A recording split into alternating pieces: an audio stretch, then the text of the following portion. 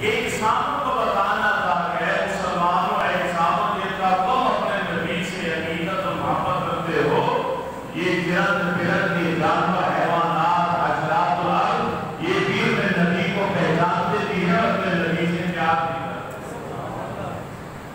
آپ نے اس دن 63 خون نبی علیہ السلام نے اپنے ہاتھوں سے ذبح کروایا۔ 100 میں سے کتنے؟ 63۔ اور باقی کتنے بچے؟ 37 خون جو باقی بچے اللہ کے نبی کے حکم سے مولا علی المرتضیٰ نے لگایا۔ اور وہ منظر بڑا عجیب نہیں تھا۔ اب یہاں تو رسوں سے باندھے جاتے جانور، بہت کچھ کیا جاتا، کھڑے جانور کو ڈیرے والے جاتے ہیں، تلواریں کی لوگ کے اونٹ کو مارے جاتے ہیں، جہاں شاگر داغ کر نشانہ باندھ کر قابو کیا ہو۔ لیکن اس نے کیا ہو؟ اللہ کے محبوب فرماتے ہیں کہ رسیاں چھوڑ دو، سادہ ایک طرح ہو کے بیٹھو، کھلے میدان میں چھوڑ دیا گیا۔ نمازیں کھلے میدان میں ہوتی تھی، اب تو شہروں میں کیونکہ جگہ کم پڑ گئی تو مساجد میں علماء نے اجازت دی۔ نبی علیہ السلام نے اس کا ہاتھ کا اشارہ کیا، وہ خون کا تار میں سیدھے کھڑے ہو گئے، لین بنا ایک دوسرے کے پیچھے۔ یہ کس سکول میں پڑھ کر ہے، کس کالج یونیورسٹی سے تربیت لی، کس استاد نے انہیں بتایا کہ ہاتھ کا اشارہ کیا جائے تو ایک دوسرے کے پیچھے کھڑے ہونا ہے؟ کسی گھوم نے کسی اور گھوم کو دھکا نہیں دی، نہ تو سب کا اعلیٰ مظاہرہ کیا، کیونکہ قریب آقا سامنے، امام الانبیاء سامنے، ان کا اشارہ ایک دوسرے کے پیچھے کھڑے ہوتے ہیں۔ دور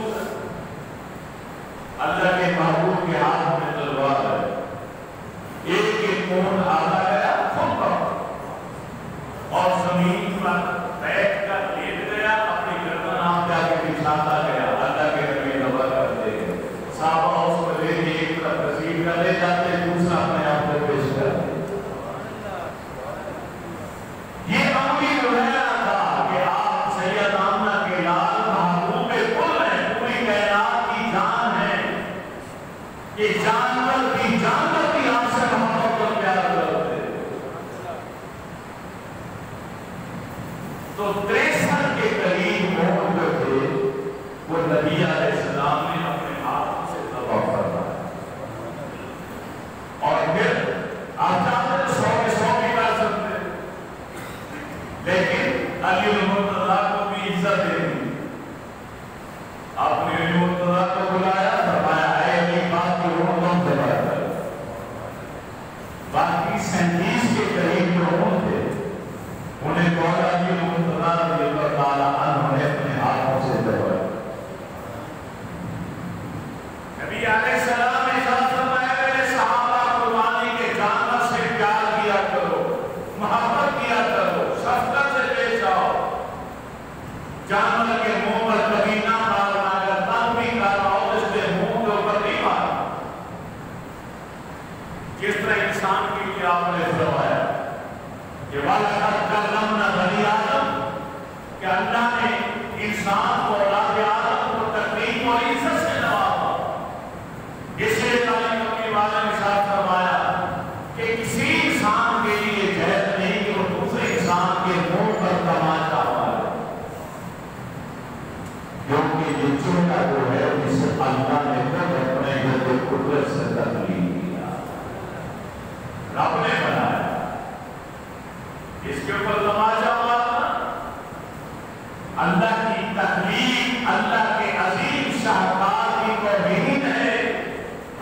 اسی طرح آپ نے فرمایا کہ قربانی کے جانور کو بھی تنگ بھی کرتا ہو، بعض جانور ہوتے وہ تنگ کرتے تو پھر انہیں تھوڑا سا تعلیماً سزا دی جاتی ہے، اللہ کے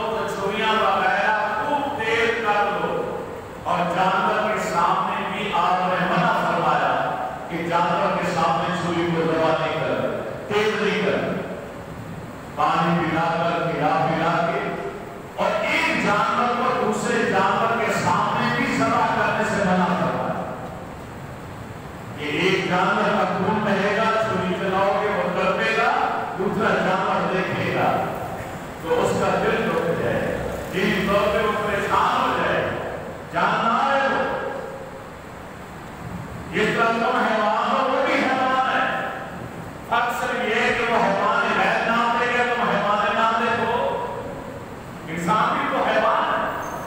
فرمایا اس کے سامنے چھریاں تیز نہ کرو اور ایک جانور کے سامنے دوسرے جانور کو ذبح نہ کرو. اور جب ذبح کرنے والا ذبح کرے, صحابہ کہتے ہیں کہ نبی علیہ السلام نے بیٹے کو لے آیا, آپ نے اس کی دائیں کمر کے اوپر بالوں کے اوپر اپنا قدم رکھا اور بسم اللہ اللہ اکبر کہہ کر آپ نے اسے دبایا. تکبیر پڑھنی, اللہ کا نام لینا. بعض لوگ پورا کلمہ شریف پڑھ رہے ہوتے ہیں. ارے پورا کلمہ شریف پڑھنے کی اجازت نہیں ہے, صرف بسم اللہ اللہ اکبر. بعض لوگ پوری بسم اللہ الرحمن الرحیم پڑھ رہے ہوتے ہیں, یہ بھی جائز نہیں, کیونکہ صرف اللہ کا نام لینا, رحمان اور رحیم اللہ کی صفات کا ذکر نہیں کرنا. رحمان اور رحیم کا مطلب ہے بار بار رحم کرنے والا, ہمیشہ رحم کرنے والا. تم جانور کو ذبح کر رہے ہو, اس کی جان نکال رہے ہو, اس کی زندگی کی بجائے موت دے رہے ہو, تو پھر اس میں رحمت کہاں سے آئی؟ زیادہ لفظ رحمان اور رحیم بولنے کی اجازت نہیں. بسم اللہ اللہ اکبر کہنا ہے, اللہ کے نام سے شروع کرتا ہوں, اللہ کا نام لے کر اسے ذبح کرنے کا ارادہ کیا, اور اللہ اکبر, اللہ سب سے بڑا. یہ تکبیر اور یہ جانور ذبح کرنا یہ کس کی سنت ہے؟ حضرت سیدنا ابراہیم خلیل اللہ کی اور ہمارے پیارے رسول صلی اللہ علیہ وسلم. قیامت تک کے لیے صرف امت کے لیے قائم رکھنا تھا. اس لیے اللہ کے نبی نے ہر سال قربانی کی. یہ نہیں کہ کسی سال آپ نے کی ہو, کسی سال چھوڑ دیو, نہیں. سنت ابراہیمی کو آپ نے ہمیشہ زندہ کیا. حضرت ابراہیم علیہ السلام کو رب نے بڑھاپے میں بیٹا عطا فرمایا, اسماعیل عطا فرمایا. 80 سال کی عمر ہو گئی, آج تک کسی انسان کے بال سفید نہیں ہوئے تھے. پہلی بار حضرت ابراہیم خلیل اللہ کے بال سفید ہوئے. بڑھاپا آیا, بزرگی آئی, مگر جوانی سے لے کر بڑھاپے تک ایک ہی دعا کرتے ہیں, رب حب لی من الصالحین. اے کائنات کے پالنہار, مجھے سارے نیکوکار اولاد عطا فرما. یا اللہ بیٹا بھی عطا فرما, بیٹا بھی ایسا ہو جو نیک ہو, صالح ہو. رب حب لی من الصالحین, یا اللہ مجھے نیک بیٹا عطا فرما, صالح بیٹا عطا فرما. رب العالمین ابراہیم خلیل اللہ کی دعا کو شرف قبولیت بخشا. اور فبشرناہ بغلام حلیم. اے ابراہیم, ہم نے تیری دعا کو قبول بھی کر لیا, مجھے بیٹا بھی عطا فرمائیں گے, مگر بیٹا حلیم ہوگا. ارے تجھے بیٹا دیں گے جو صالح ہونے کے ساتھ ساتھ, نیک ہونے کے ساتھ ساتھ صرف حلیمی کا مرکب بھی ہو, جو حوصلے والا ہو, بردبار بھی ہو, تحمل والا بھی ہو. ابراہیم علیہ السلام نے تو خالی ایک بیٹا مانگا. رب نے کیا فرمایا کہ ابراہیم تجھے بیٹا ایک دیں گے, لیکن ایک ہونے کے ساتھ ساتھ حوصلے والا, تحمل والا, علم والا بیٹا عطا فرمائے. کیوں؟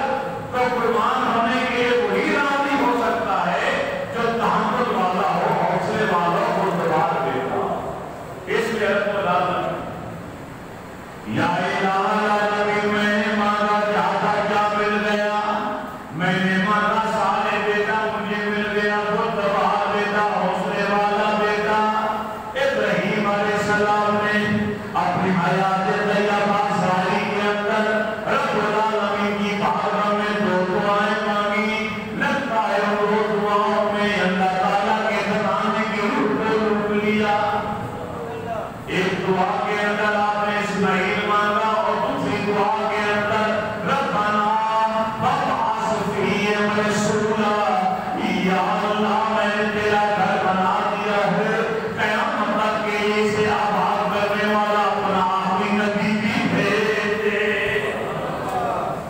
ایک دعا کے اندر اسماعیل کو مانگا، ایک دعا کے اندر محمد رسول اللہ کو مانگا، اللہ سے اس کا تحقق مانگ لیا۔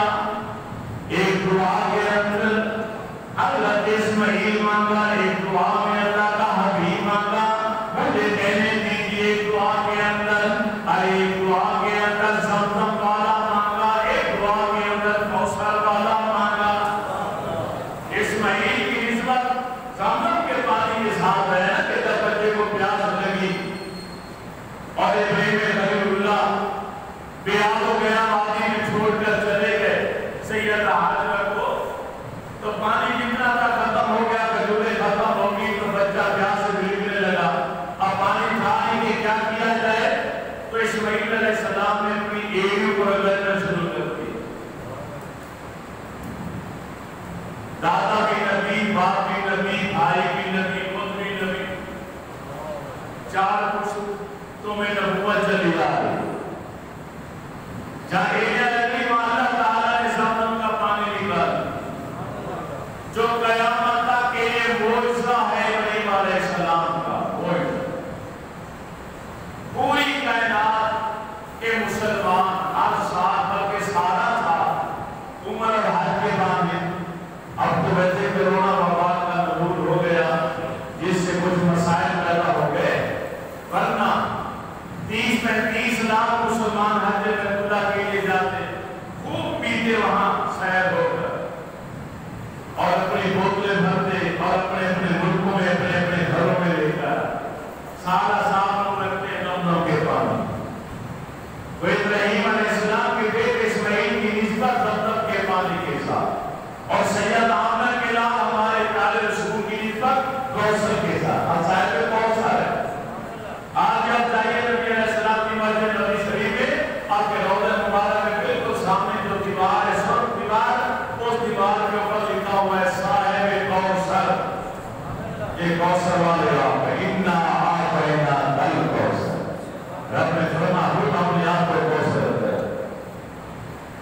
وہ ابراہیم علیہ السلام نے اپنی زندگی کے اندر دو دعائیں مانگی، لگن دو دعاؤں میں اللہ تعالیٰ کے گھرانے کی حکم کیا۔ ایک دعا کے اندر آپ نے اسماعیل کو مانگا، ایک دعا کے اندر اللہ کا محبوب مانگ لیا، ایک دعا کے اندر زمزم والا مانگا، ایک دعا کے اندر کوثر والا مانگا۔ ارے زمزم کی تاثیر دیکھو، سارا سال اپنے گھروں میں گزارنے کی کام رکھتے ہیں، نہ اس کا رنگ بدلتا ہے، نہ ذائقہ بدلتا ہے، نہ خوشبو بدلتی ہے۔ ارے کوثر کی تاثیر بھی یہی، نہ رنگ بدلے، نہ ذائقہ بدلے، نہ خوشبو بدلے۔ اسماعیل علیہ السلام کی ایڑیوں سے جس پانی کو نسبت ہو گئی، نہ اس کا رنگ بدلا، نہ ذائقہ بدلا، نہ خوشبو بدلی۔ اللہ کے پیارے محبوب سیدہ آمنہ کے لاب کے ساتھ جس کی نسبت قائم ہو گئی، وہ آج بھی ابوبکر صدیق ہے، وہ آج بھی فاروق اعظم ہے، وہ آج بھی اسد اللہ غالب ہے، آج عثمان بن طلحہ ہے، تمام صحابہ میرے نبی کے ساتھ جڑ گئے، نہ ان کا رنگ بدلا، نہ ذائقہ بدلا، نہ خوشبو بدلی۔ اللہ نے بیٹا عطا فرما دیا اسماعیل، جب دوڑنے کے قابل ہو گیا، چلنے پھرنے دوڑنے کے، تو رب نے خواب کے اندر نبی کا خواب سچ ہوا کرتا، نبی کا خواب حکم خدا ہوتا، وحی الہی ہوا کرتا۔ ہمارے تمہارے خواب سچے بھی ہو سکتے ہیں، لیکن زیادہ تر ہمارے وہم، ہمارے گمان، ہمارے خیالات کوئی خواب کی صورت میں آ جاتے ہیں،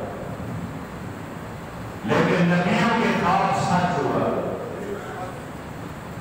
ابراہیم علیہ السلام نے خواب دیکھا کہ رب کی طرف سے حکم آیا کہ اپنی محبوب ترین چیز میری راہ میں قربان کرو،